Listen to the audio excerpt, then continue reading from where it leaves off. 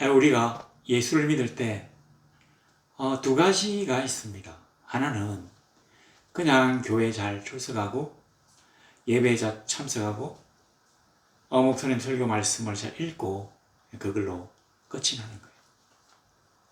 뭐 부가적으로 사람들과의 교제도 있고 또 누구에 대한 그 자선, 그 다음에 누구를 긍휼히 여겨서 이 사람들을 위로하고 신방가고 하는 그런 게 있어요.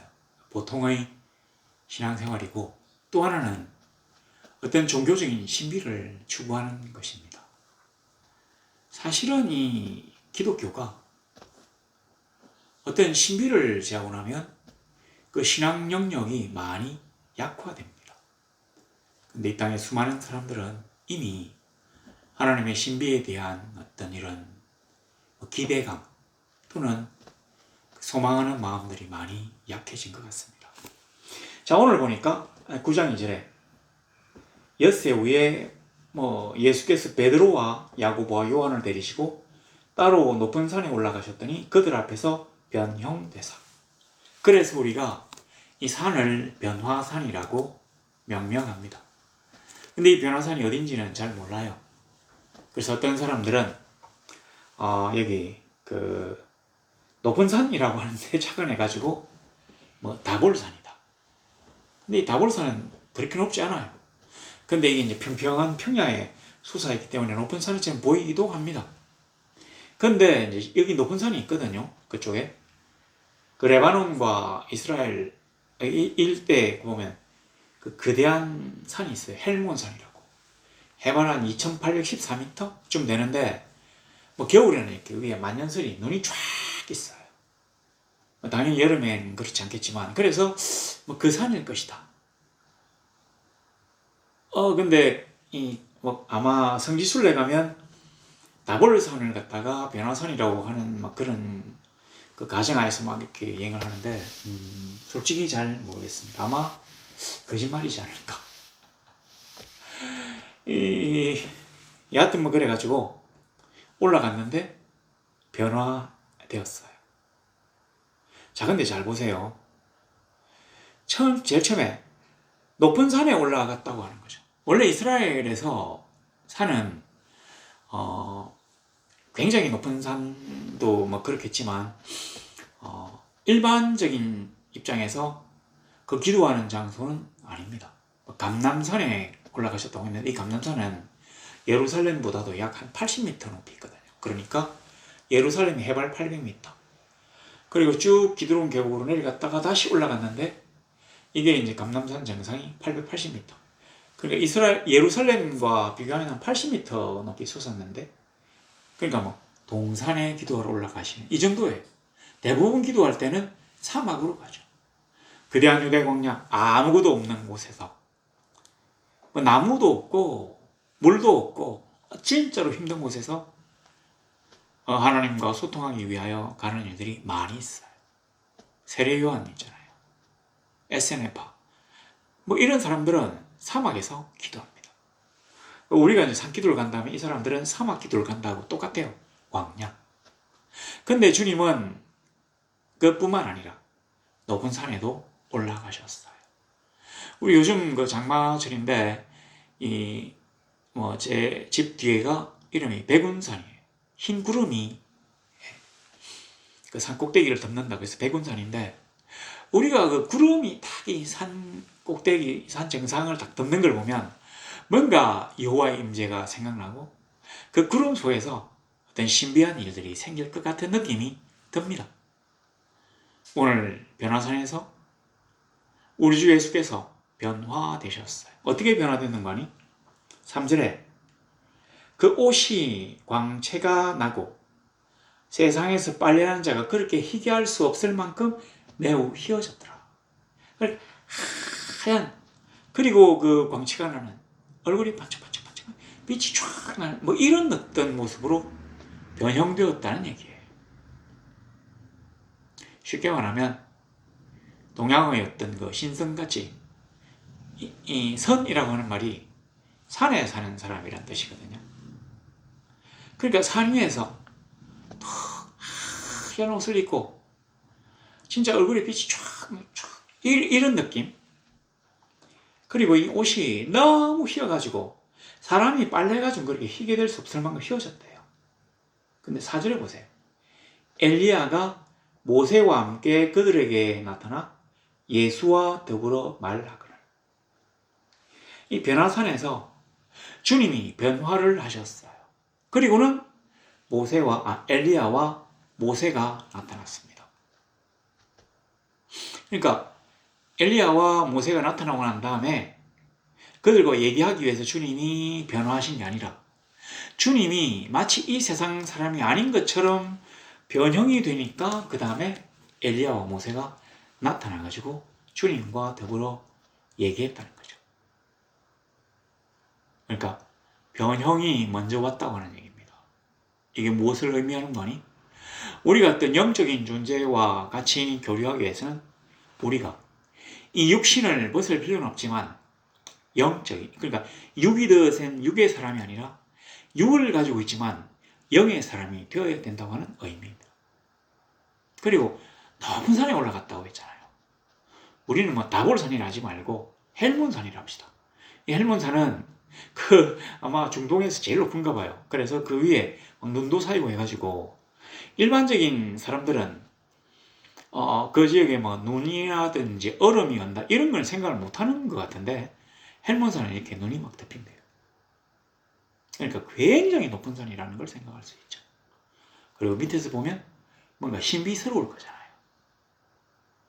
더 중요한 거는 아주 높기 때문에 올라가기가 엄청나게 어려울 것이고 그리고 세상과 많이 격리가 되었다고 하는 뜻입니다. 우리가 하나님과 접하기 위하여 하나님의 영이 깊이 침잠하기 위해서는 세상과 격리해서 하나님의 영역 속으로 깊숙이 들어가서 하나님과 하나가 되는 이걸 뭐라고 합니까? 모라일체? 그런 느낌 있잖아요. 우리가 마치 간이 깊숙이 들어간 것 같은 그런 느낌. 그게 필요하거든요. 근데 여기서 의문이 있어요. 왜 나타난 사람들이 하필이면 모세와 엘리야냐 하는 거죠. 엘리야는 우리가 알다시피 굉장히 멋진 위대한 선지자예요. 하늘에서 불도 떨어지고 죽은 사람도 살리고 굉장하죠, 엘리야. 제가 그 구약의 선지자 중에서 가장 좋아하는 사람이 바로 엘리야예요. 근데 모세는 이스라엘의 하나님의 율법을 전달한 사람이에요. 그러니까 이 하나님을 모르던 이 노예들을 애굽에서 탈출시켜가지고 새로운 하나님의 백성으로 만들면서 그들에게 하나님의 백성이 짓게 될, 그러니까 가나안 땅으로 들어가야 될 그런 어떤 입장에 있는 이 이스라엘 사람들에게 이 하나님의 약속의 땅에 들어가기 전에 어떤 사람이 되어야 되는지, 어떻게 해야 되는지에 대한 법을 준 사람이에요. 어쨌든 간에 엘리야와 모세예요. 우리가 엘리야와 모세에 대해 이렇게 이해할 수 있긴 하지만 수많은 선지자와 수많은 위대한 사람들을 놔두고 하필이면 엘리야와 모세냐? 여기에 굉장히 중요한 어떤 시사점이 있어요. 주님께서 성경을 뭐라고 말씀하셨습니까? 성경 속에, 성서 속에 있나니 너희가 알지니 이렇게 말씀하지 않으시고 성경이나 성서, 성경을 말씀하실 때는 법과 선지자, 율법과 선지자라고 얘기했어요. 그러니까 법과 예언이란 말이죠.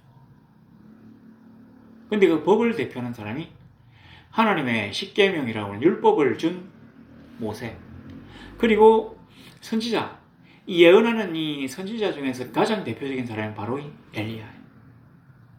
우리 성경 보는 사람들도 엘리야가 제일 위대한 선지자라고 하는데 다 동의하시겠지만 그 이스라엘 사람들 입장에서 엘리야와 모세는 굉장한 거예요. 그러니까 성경이 구성되고 있는 두 가지 분야, 말씀과 예언, 이걸 각각 대표하는 사람이 모세와 엘리야.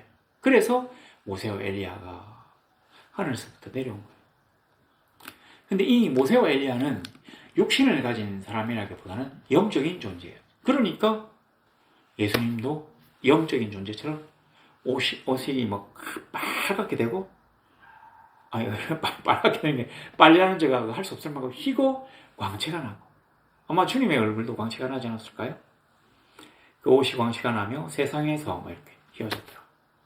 예수와 더불어 말하거늘 이라고 되어 있는데 어떤 얘기를 했을까요? 어떤 얘기를 했느냐면, 여기 그 더불어 말했다라고 되어 있는데 아주 중요한 문제에 대해서 의논했다, 이렇게 우리가 볼 수 있습니다. 뭐 그 누가복음인가 그쪽에 보면 나와 있어요. 주님이 별세, 그러니까 죽는 거예요. 주님의 어떤 이 사망에 대해서 막 얘기를 하는 거죠.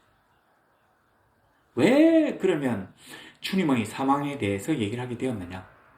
베드로가 그랬잖아요. 이게 뭡니까? 뭐 주님이 나 죽었다가 다시 살아날 이렇게 얘기하니까 제발 그렇게 좀 하지 말아서 막 빌잖아요. 막 그런 식으로 하니까 주님이 이 제자들에게 내가 제대로 된 어떤 이 메시아상을 갖다가 좀 알려야 되겠다 싶어가지고 데리고 올라가셨다고 하는 그런 설이 있습니다. 그러니까 엘리야와 모세가 내려와가지고 주님 이제 조금 있다가 뭐 돌아가시고 어떻게 하면 또 다시 또 이렇게 뭐 부활하시고 그럼 어떻게 되고 뭐 이 얘기를 이제 하게 되는 것을 듣게 되는 거죠. 보니까 4절에 보면 엘리야가 모세와 함께 그들에게 나타나, 제자들이죠. 베드로와 야고보와 요한에게 나타나서 제자들에게 얘기한 건 아니고 예수와 더불어 말하는 거죠. 어떤 말을 했냐면 내가 몇 월 며칠 날 죽었다가 어떻게 어떤 방법으로 죽었다가 어디서 막 이 얘기를 한 거예요. 자, 이제 그런 얘기를 하십니다. 우리 두 가지 의문점이 있어요. 그러니까 5절에 보니까 베드로가 예수께 구하되 랍비여, 우리가 여기 있는 것이 좋사오니 우리가 초막셋을 짓되 주를 위하여 모세를 위하여 엘리야를 위하여 하사이다 하니, 우리가 여기 있는 것이 좋사오니 우리가 초막셋을 짓되, 실제로 우리가 하나님의 신비 속에 깊이 들어가게 되면 세상적인 어떤 영화라든지 세상 사람들이 막 그렇게 죽고 못 사는 돈이라든지 권력이 하찮게 여겨집니다. 안 그렇겠습니까? 이때까지 돈과 어떤 지위를 탐한 그 신선이 있다는 얘기 들어보셨습니까? 없어요. 그들에게는 웃었거든요. 뭐 우리 인간들이 막 이렇게 압록강과 두만강, 막 백두산을 기점으로 해서 막 줄을 꺼가지고 여기는 중국이고 여기는 한국이고 그런 것도 이 사람들이 볼 때는 왜냐면 날아다니니까. 이를테면 그렇다는 거죠. 그러니까 이 지켜보는 제자들, 이 세 사람의 제자들도 베드로, 야고보, 요한도 주님의 어떤 특별한 어떤 수제자 베드로와 2수, 3수 제자라고 합시다. 이 세 명이 굉장히 유명한 사람들이지만 이 지상에 내려가서 어떤 일을 해야 될 생각을 까맣게 잊어버리는 거예요. 여기 보세요. 6절에 그들이 몹시 무수함으로 그가 무슨 말을 할지 알지 못함이더라. 이 베드로가 자기가 지금 무슨 얘기하는지를 몰라요. 그냥 막 나온 대로 얘기하는 거죠. 근데 이 베드로가 하는 말을 잘 들어보면 우리를 위하여, 또 여기 있는 주님과 모세와 엘리야를 위하여 이렇게 하자고 하는 거죠. 근데 주님이 우리에게 복음을 전해주신 이유는 무엇일까요?